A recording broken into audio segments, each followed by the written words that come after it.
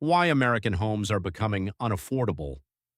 There was a time when owning a home was considered the heart of the American dream. You worked hard, you saved money, you got a mortgage, and eventually you bought a place to call your own. But today, for millions of Americans, that dream is becoming increasingly difficult to achieve. Home prices have risen, mortgage payments have become more expensive, rent is consuming a large part of household income, and even people with stable jobs are asking the same question: why does buying a normal home feel so impossible? Is this simply another temporary housing crisis? Or has something fundamental changed in the American housing market? To understand what is happening, we need to look at several forces working together. First, let's talk about the most basic economic principle: supply and demand. Imagine a city where 100 families want to buy homes, but only 50 suitable homes are available. What happens? Those families begin competing with each other. Buyers offer more money, and prices rise. Now imagine this happening across many desirable parts of the United States. For years, America has struggled to build enough housing in places where people actually want and need to live. But why can't builders simply build more homes? Because building a house is not just about buying land and putting up walls. There are zoning rules, permits, construction costs, labor shortages, infrastructure requirements, local opposition, and in many desirable areas, limited available land. In some communities, building apartments or higher density housing can be extremely difficult. So demand keeps growing, but supply does not always grow fast enough. And that creates pressure. But supply is only one part of the story. Now comes the second major factor: the cost of borrowing money. Most Americans don't buy a home with cash, they use a mortgage. And this is where interest rates become extremely important. Consider two people buying the same house at the same price. One gets a low mortgage rate, the other gets a much higher mortgage rate. Even though the house costs exactly the same, the second buyer can end up with a significantly higher monthly payment. That changes everything, because when people ask, "Can I afford this house?" they are usually not thinking only about the total price. They are asking, "Can I afford the monthly payment?" And when mortgage rates rise, that monthly payment can become much more difficult to manage. But here comes another problem. Many existing homeowners secured very low mortgage rates in earlier years.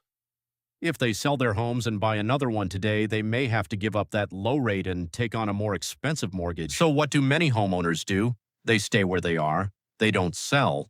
And when fewer existing homes come onto the market, buyers have fewer choices. Once again, supply becomes tighter. Now let's add another layer: the cost of building new homes. A new home requires lumber, concrete, steel, glass, electrical equipment, appliances, and skilled workers. When materials, labor, land, and financing become more expensive, builders face higher costs. And those costs don't simply disappear. They often become part of the final price of the home. This creates a difficult situation. Older homes can be expensive because there aren't enough available. New homes can be expensive because they cost more to build, and buyers are caught in the middle. But now we need to ask a bigger question. If home prices rise, why don't incomes simply rise at the same speed? And this is where affordability becomes the real issue. A house can become more expensive. But if household income does not increase at the same pace, the gap between what people earn and what homes cost becomes wider. A generation ago, the path might have seemed relatively straightforward. Get a stable job, save for a down payment, buy a starter home, build equity, and move to a larger home later. But for many younger Americans today, even the first step can be difficult, because while they are trying to save for a down payment, they may also be paying high rent, student loans, car payments, insurance, healthcare, and everyday living expenses. And if home prices continue rising while they save, the target keeps moving. You save more money. But the required down payment also becomes larger. You get a salary increase, but the monthly mortgage payment may still remain out of reach. This is why the housing affordability problem is not simply about expensive houses. It is about the relationship between home prices, incomes, mortgage rates, and the overall cost of living. And then there is another controversial question: what about investors? Large investors are often blamed for making American housing unaffordable. The reality is more complicated. Investors can increase competition in certain markets, especially in areas with strong rental demand. But America's housing affordability problem cannot be explained by one group alone. The deeper issue is that when housing supply is already limited, almost every additional source of demand can create more competition, and now we arrive at perhaps the most important consequence. What happens when ordinary workers can no longer afford to live near their jobs? Teachers, nurses, police officers, restaurant workers, construction workers, young professionals. They may be forced to move farther away. That means longer commutes, more traffic, higher transportation costs, and communities where the people who keep the local economy running can no longer afford to live. So this is no longer just a housing problem, it becomes a transportation problem, a labor problem, a family problem, and eventually an economic problem.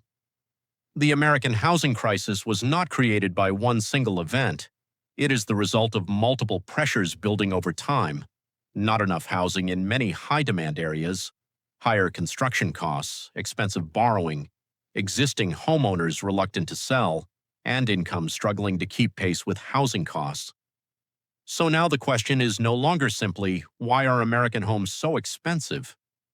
The bigger question is, what happens to the American dream when an entire generation begins to believe that owning a home is no longer realistic? Will America build enough housing? Will affordability improve? Or are we entering a future where homeownership becomes increasingly concentrated among people who already own property? What do you think? Is buying a home still part of the American dream? Or is that dream fundamentally changing? Let me know in the comments. And if you want more videos explaining the hidden forces changing everyday life in America, subscribe to the channel. Because sometimes the biggest changes in society don't happen overnight. They build quietly, one house, one payment, and one generation at a time.